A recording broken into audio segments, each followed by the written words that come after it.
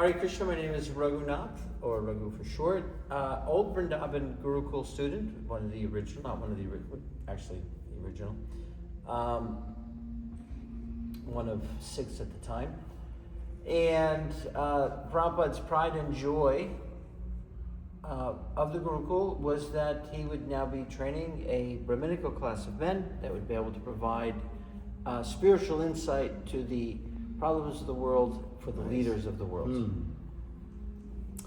I sort of took it for granted. It's what we were supposed to be doing, telling in Italian, it's supposed to go around telling everybody how to do things, fit in very well with my temperament.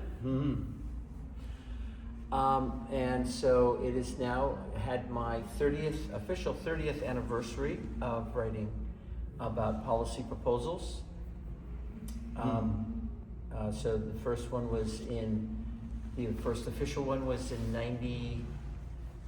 I was 94. I was a temple brahmachari, and the governor was not very popular, but he had to win re-election, and so he went after the immigrants. So I began saying, "Oh, this is injustice. Teach you not to write a letter to the editor." And they kept getting longer and longer, and I gave the reasons why it was injustice. And the proposal culminated after about a year, called Pay and Stay Securely. So what is it called? Pay and Stay Securely, PASS. So they're saying, "Oh, immigrants are costing us this much money," and the immigrant supporters were saying, "No, but we're making money." So I'm like, I'm an old Indian boy. It's like, if they're making money, I'll sponsor them. So we developed this thing where they prepay from Mexico, and then whoever has the immigrant gets that money. So if it's Los Angeles and California and the employers, so there's 10 different sponsors, so everyone's taking a small share of the responsibility.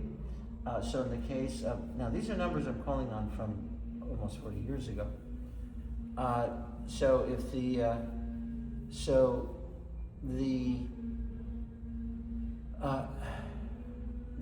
remittances that they're sending home is $100 billion a year. It's only $200 or $300 a month. Just $200 or $300 a month is $100 billion a year. These immigrants, what they send back. Just the Mexican immigrants, just to Mexico. Oh, wow. So I was like 100. So back then, this was the GDP of 1 billion people in India. And I was like, this is some serious money. So I was like, okay, so it's 1 billion. So when you say that you monetize something, basically what it's saying is you're looking at it over a period of time. So in 10 years, that's $1 trillion. Is it 100 billion or is it 50 billion? I'm pretty sure it's 100 billion. It may be 50 billion, but I'm pretty sure it's 100 billion. And I'm like, okay, that's $1 trillion worth of new activity that's just an asset that's just sitting out there that nobody's formalized. So then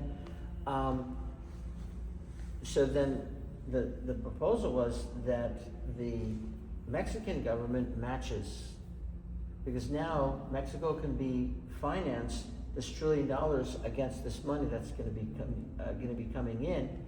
They finance that's $1 trillion, and so Mexico chips in $300, and America chips in $300. So this is $300 billion now going into development of. Oh, you want me to talk into the camera? Going into. Looking deep into his eyes, this is so much easier. Okay. Is now almost a half $1 trillion from a payment of $200 to $300 a month. And so there's about 30 points to this, but the point being, the punchline being, is that I was going to the different rallies and talking to the different political leaders and academia and the activists and immigrants themselves. And the professor at UCLA, his name is Professor Hinojosa, he was very impressed. He said, "You get your GED, I'll personally sponsor you." I never told this to any of the devotees. It's a real shame, because if they would have known, they would have helped me. So that's when I made the attempt to go to school, and anyway, so many traumas, so I wasn't able to complete that. So that was the first official policy, and that was, I believe that was 94 when Wilson won. So he went after the immigrants and won. But I realized that just from that one thing, if you included all the others, you're looking at about $2 to $4 trillion just for Mexico, the Mexicans in America. Mm-hmm. And so if you're LA and the Mexicans are coming in, you'd be prepaid for all their health care, all their education, all of their taxes and Social Security. So this is trillions just sitting on the table. So what I realized there is that was two things. On the one side, the politics demands making the other side look bad. So it's really just the politics of hate and conflict.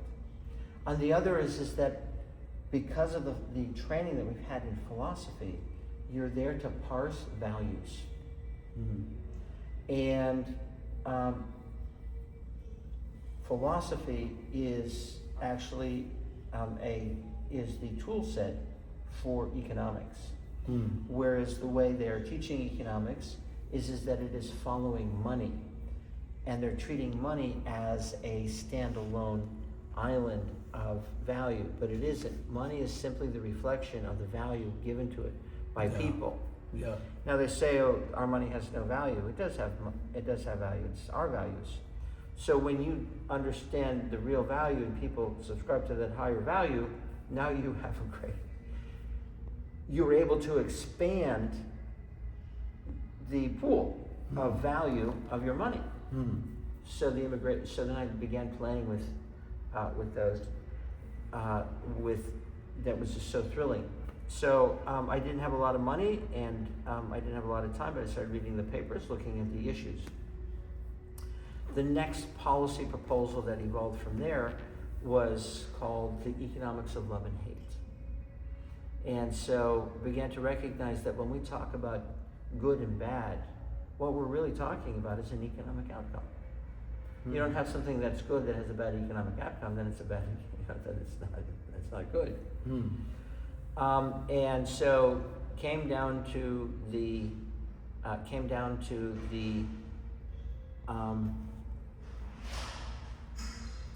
premise that economics is the scientific measure of morality to the penny. You can know how bad something is to the penny by looking at the long-term cost, and you know how good something is by simply looking at the long-term returns.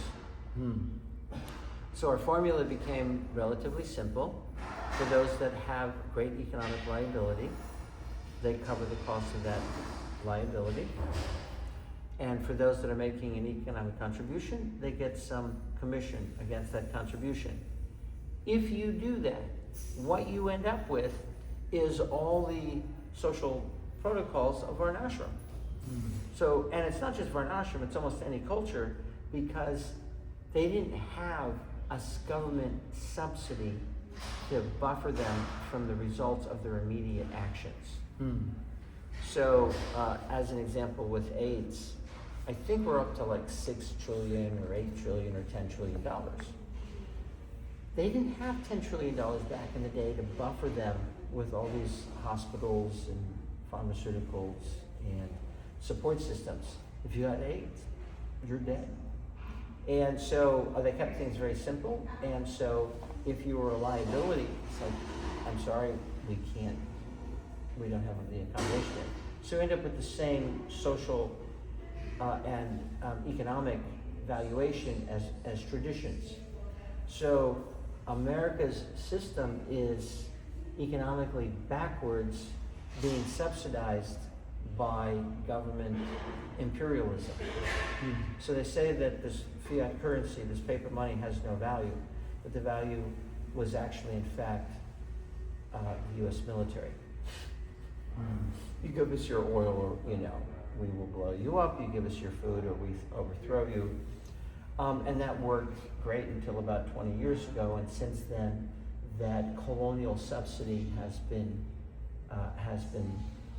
removed. So the inflation of the U.S. dollar isn't because America is printing more dollars. It's because they've lost the subsidy. So before they could go into El Salvador, And if somebody didn't let them grow the bananas for 3 cents, I believe it was, then they were overthrown. And so those people were working slave labor, they were dying, it was destroying the land. But now America does not have the capacity to go in there and do that. So that same banana that used to sell for 10 cents here in LA, or 7 cents, or 5 cents, at Walmart in Hawaii was 57 cents. So it's not just the printing of money, but it is also the infrastructure of food is collapsing because of the petrol agriculture.